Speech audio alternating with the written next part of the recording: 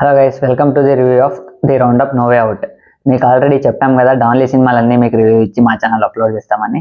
Already 2 సినిమాలు చేశాం, the gangster, the cop, the devil and the round up. ఇది round up no way out అనే sequel of the round up. So story మీకు లైట్గా touch ఇస్తాను. So ఇందులో hyper అనే డ్రగ్ ఉంటుంది. ఆ డ్రగ్ని తీసుకొని చాలామంది చనిపోతుంటారు కొరియాలో. సో దాన్ని ఇన్వెస్టిగేషన్ డాన్లీ చేయాలనుకుంటాడు.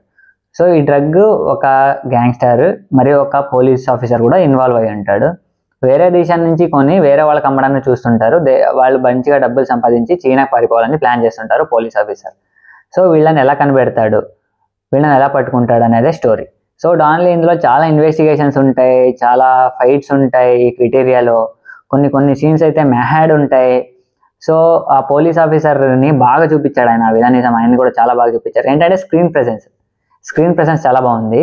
మరి కటానా పట్టుకొని ఒకడు వస్తాడు, కొంచెం ఓజీ వైబ్స్ వస్తాయి అనమాట. పవన్ కళ్యాణ్ చూసే ఉంటారు కదా ఓజీ, ఆ ఓజీ వైబ్స్ వస్తాయి. అతను కటానా పట్టుకొని రావడం, మరి ఒక లేడీ ఉంటుంది. ఆ లేడీ 5 minutes ఉన్నా చాలా బాగా అనిపిస్తుంది సినిమాలో.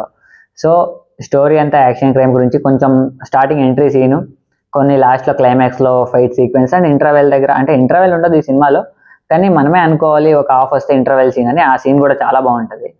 సో ఇది అనమాట స్టోరీ. ఫ్రీ ఉంటే దీన్ని కూడా చూసేయండి. నేనైతే 5 out of 3 ఇస్తా.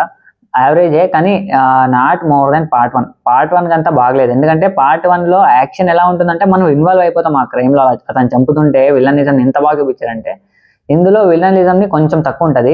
బాగుంది సినిమా, చాలా బాగుంది, కానీ నాట్ మోర్ దెన్ పార్ట్ 1. నాకు అనిపించింది చెప్తున్నాను నేను, the round up no way అవుట్లో.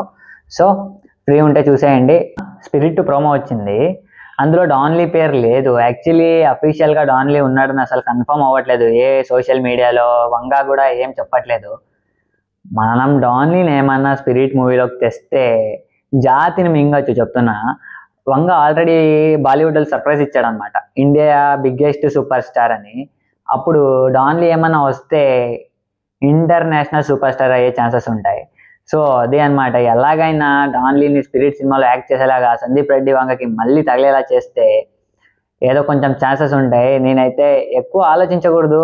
ఈ ప్రోమో చాలా ఆకలి తీర్చింది, కానీ ఏమో డాన్లీ వస్తే ఇంకా పెద్ద ఆకలి తీరిపోద్ది మనకి.